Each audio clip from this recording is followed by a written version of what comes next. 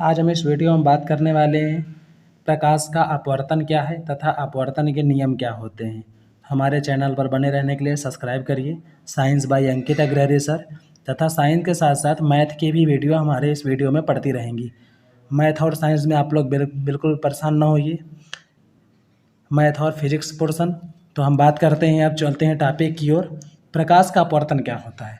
जब कोई प्रकाश एक माध्यम से दूसरे माध्यम में जाता है तो क्या हो जाता है, अपने मार्ग से विचलित हो जाता है। इस घटना को प्रकाश का अपवर्तन कहते हैं।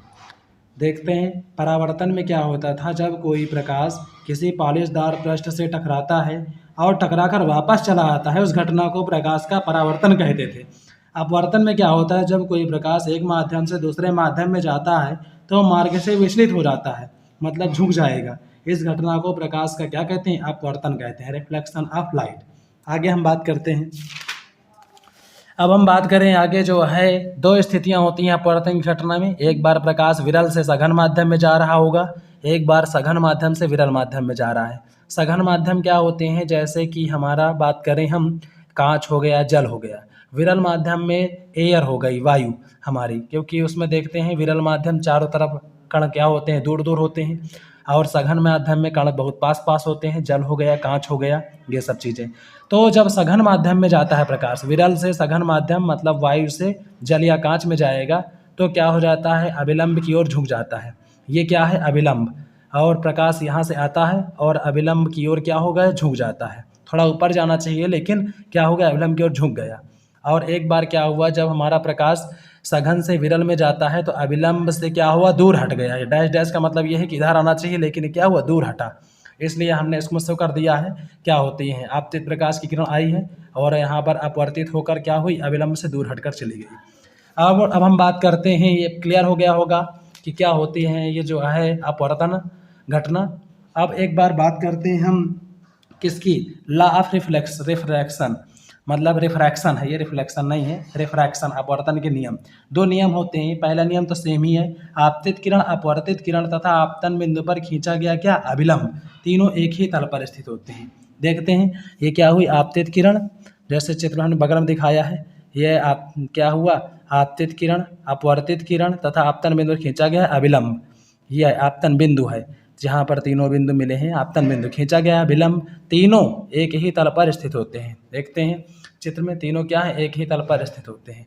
दूसरा है, किन्हीं दो माध्यमों के लिए आपतन कोण साइन आई, आपतन कोण की ज्या साइन आई तथा अपवर्तन कोण की ज्या साइन आर, दोनों का अनुपात एक नियतांक होता है। याद रखिएगा, अपवर्तन के नियम में एक नियम तो सेम हो जाएगा, ऊपर वाला, नीचे वाला अलग हो जाएगा। इसमें क्या है, आपतन कोण की ज्या तथा अपवर्तन कोण की ज्या साइन आई और साइन आर का अनुपात दोनों नियतांक होता है, जिसको हम क्या बोलते हैं, अपवर्तनांक। देखा जाए तो इसको हम बोलते हैं इनको अपवर्तनांक। और इस नियम को हम स्नेल का नियम भी बोलते हैं। किसको, साइन आई और साइन आर के अनुपात एक नियतांक होता है, जिसको हम क्या कहते हैं, स्नेल का नियम। साइन आई क्या है, आपतन कोण की ज्या, पता है, आई आपका आपतन कोण है, आर अपवर्तन कोण है, दोनों की ज्या का अनुपात एक नियतांक है, जिसे हम अपवर्तनांक कहते हैं, इसलिए स्नेल का नियम कहते हैं।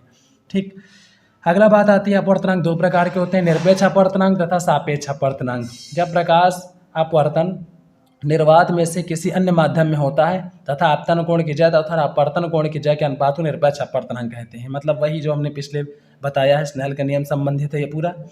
और सापेक्ष अपवर्तनांक, अगर हम पहला माध्यम वायु ना लें, मतलब कोई और ले ले माध्यम वायु के अलावा, तो क्या हो जाता है, किसी भी माध्यम के लिए, किन्हीं दो माध्यमों के लिए पहले माध्यम के सापेक्ष दूसरे माध्यम का अपवर्तनांक सापेक्ष कहलाता है। क्लियर हो गया होगा।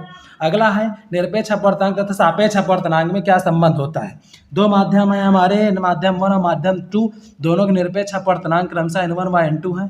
तो इनके लिए क्या होता है, अपवर्तनांक तथा प्रकाश की चाल में संबंध। ये बहुत इंपॉर्टेंट क्वेश्चन है, क्या अपवर्तनांक तथा प्रकाश की चाल में क्या संबंध होता है। तो लिखा है आपको, एक माध्यम के सापेक्ष दूसरे माध्यम का अपवर्तनांक उन माध्यमों के प्रकाश के चालों के वेग के बराबर होता है।